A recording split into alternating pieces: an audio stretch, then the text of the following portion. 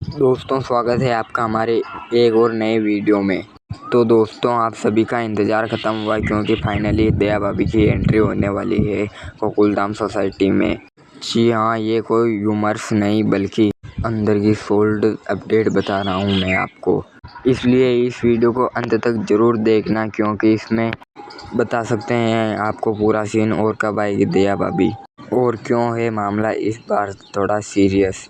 कुछ एक्टर के साथ ट्रायल शूटिंग चल रही है और पत्रकार पोपटलाल की एआई ने भी भविष्यवाणी की है कि इस बार दया भाभी की एंट्री गोकुलधाम सोसाइटी में हो ही जाएगी। हाँ, यह बात तो कन्फर्म है कि पुरानी वाली दया भाभी इस शो में नहीं आएगी बल्कि कोई नई दया भाभी इस कैरेक्टर का रोल निभाएगी।